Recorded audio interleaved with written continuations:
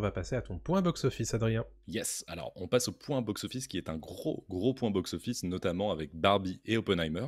Je commence avec Barbie qui a réalisé un démarrage spectaculaire avec 1,2 million d'entrées en France sur 665 écrans.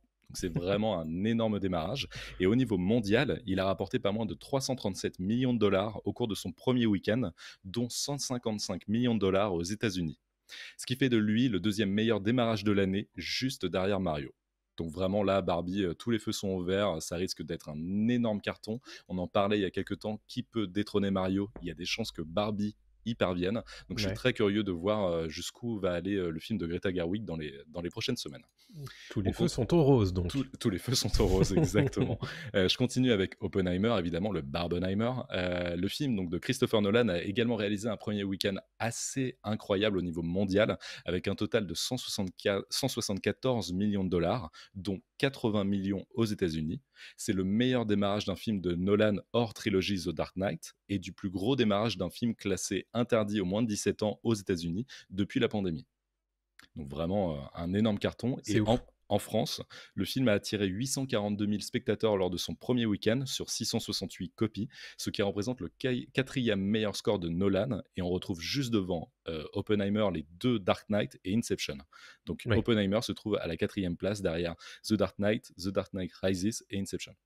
ouais. Les plus gros succès de Nolan. Ça a du sens. Exactement. Et pour terminer sur Barbie et Oppenheimer, donc le Barbenheimer, le week-end du 21 et 23 juillet est le quatrième week-end le plus important de l'histoire du box-office américain, avec un total de 302 millions de dollars de recettes, soit le plus gros total depuis la pandémie.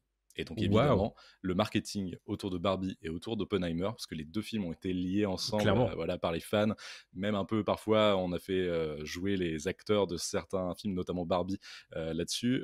Ça a très bien fonctionné, donc tout le monde y gagne, le cinéma y gagne, les deux films aussi, donc c'est parfait. Impeccable. Bon, évidemment, n'occultons pas certaines autres sorties, d'ailleurs tu vas nous en parler, puisque Mission Impossible 7 fait aussi son petit bonhomme de chemin. Exactement, donc Mission Impossible Dead Reckoning partie 1, lui a engrangé 370 millions de dollars de recettes mondialement à l'issue de son deuxième week-end, ce qui lui permettra de terminer vers 650 millions de dollars d'après les estimations et les experts. Par contre, si on compare ça à Fallout, lui avait rapporté 791 millions de dollars en bout de course, donc on est quand même un peu moins bon côté Mission Oui. Impossible Dead Reckoning que sur Fallout. Du côté de la France, le film a comptabilisé 1,3 million d'entrées lors de sa deuxième semaine d'exploitation, donc ce qui est pas mal. Mhm. Voilà, mais évidemment, en face, il y a les mastodontes Barbie et Oppenheimer, donc ça peut continuer un petit peu à chuter. Bien sûr. Et je termine mon point box-office avec Indiana Jones et le cadran de la destinée, qui lui a totalisé 2,1 millions d'entrées en France après 3 semaines d'exploitation. Et au niveau mondial, il a cumulé 302 millions de dollars de recettes à la fin de son troisième week-end, ce qui lui permettra sûrement de clôturer autour des 350 millions de dollars de recettes. Donc c'est un peu un coup dur pour le film de James Mangold Ouais. avec Harrison Ford, parce que ça lui permettra apparemment de rentrer à peine dans ses frais si on tient en compte l'aspect marketing aussi Mm. autour du film. Pour rappel, Indiana Jones 4 avait lui rapporté 790 millions de dollars. Donc on est bien loin des chiffres du quatrième épisode réalisé par Steven Spielberg.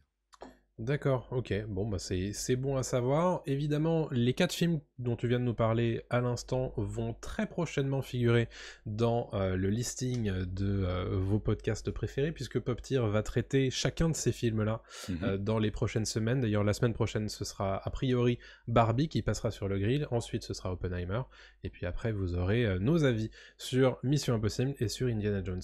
Yes.